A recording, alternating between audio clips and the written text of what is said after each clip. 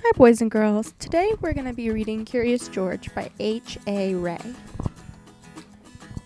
What do you think this book is going to be about? Well, let's find out. Curious George by H.A. Ray. This is George. He lived in Africa. He was very happy. But he had one fault. He was too curious. One day, George saw a man. He had on a large yellow straw hat. The man saw George too. What a nice little monkey, he thought. I would like to take him home with me. The man put his hat on the ground, and of course, George was curious. He came down from the tree and look at the large yellow hat.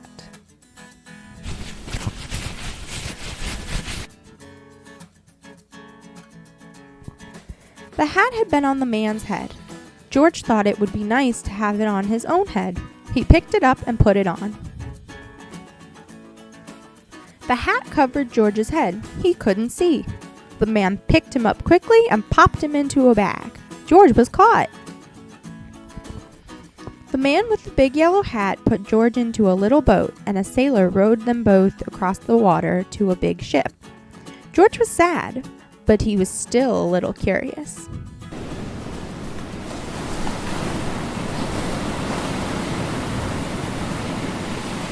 On the big ship, things began to happen. The man took off the bag. George sat on a little stool, and the man said, "George, I'm going to take you to a big zoo in a big city. You will like it there. Now run along and play, but don't get into trouble." George promised to be good, but it is easy for little monkeys to forget.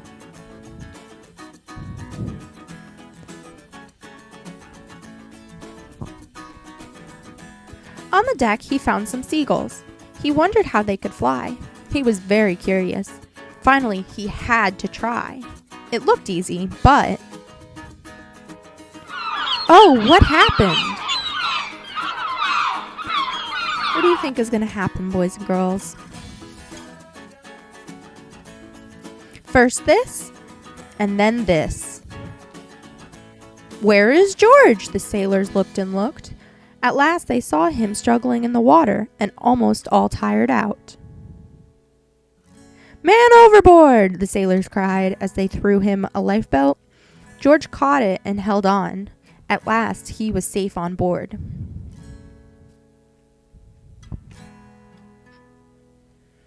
After that, George was more careful to be a good monkey, until at last the long trip was over. George said goodbye to the kind sailors, and he and the man with the yellow hat walked off the ship onto the shore and on into the city to the man's house.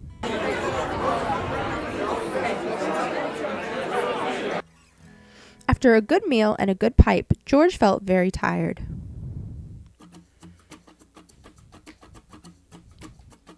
He crawled into bed and fell asleep at once.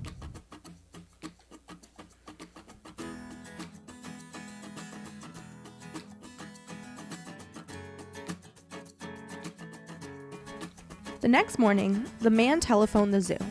George watched him. He was fascinated. Then the man went away. Where do you suppose the man went? Okay, George was curious. He wanted to telephone too.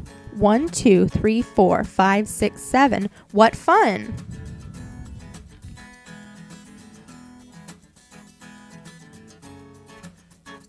Ding-a-ling-a-ling!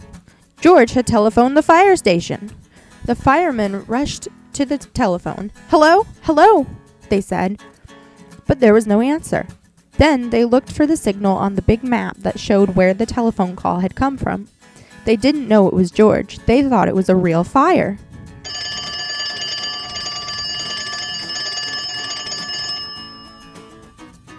"Hurry, hurry, hurry!" The firemen jumped onto the fire engines and onto the hook and ladders. "Ding dong, ding dong, everyone out of the way! Hurry, hurry, hurry!"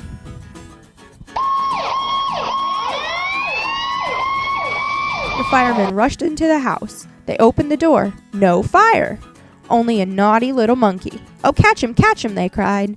George tried to run away. He almost did, but he got caught in the telephone wire. And what do you suppose happens? Let's find out. A thin fireman caught one arm, and a fat fireman caught the other. "You fooled the fire department," they said. "We will have you shut up where you can't do any more harm." They took him away and shut him in a prison.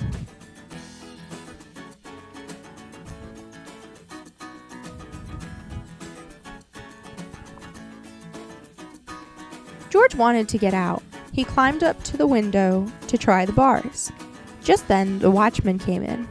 He got on the wooden bed to catch George. But the watchman was too big and heavy. The bed tipped up, the watchman fell over, and quick as lightning, George ran through the open door. He hurried through the building and out onto the roof, and then he was lucky he was to be a monkey. Out he walked onto the telephone wires. Quickly and quietly over the guards' heads, George walked away. He was free. Down in the street, outside the prison wall, stood a balloon man. A little girl bought a balloon for her brother. George watched. He was curious again. He felt he must have a bright red balloon. He reached over and tried to help himself, but what do you suppose is going to happen? Well, let's see. Instead of one balloon, the whole bunch broke loose. In an instant, the wind whisked them all away, and with them went George, holding tight with both hands.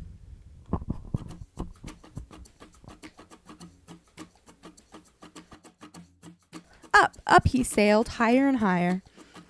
The houses looked like toy houses, and the people like dolls. George was frightened. He held on very tight.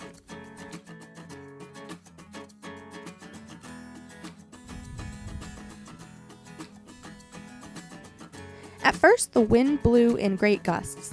Then it quieted. Finally, it stopped blowing altogether. George was very tired. Down, down he went, bump, onto the top of a traffic light. Everyone was surprised. The traffic got all mixed up. George didn't know what to do, and then he heard someone call, "George!" He looked down and saw his friend, the man with the big yellow hat.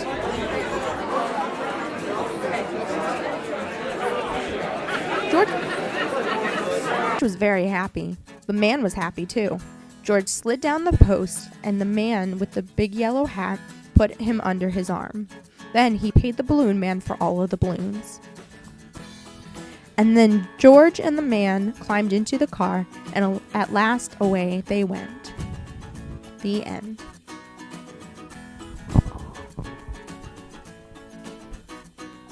George went on some really fun adventures, didn't he?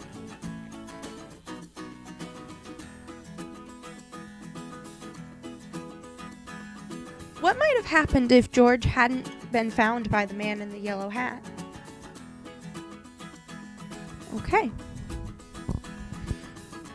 So this has been Curious George.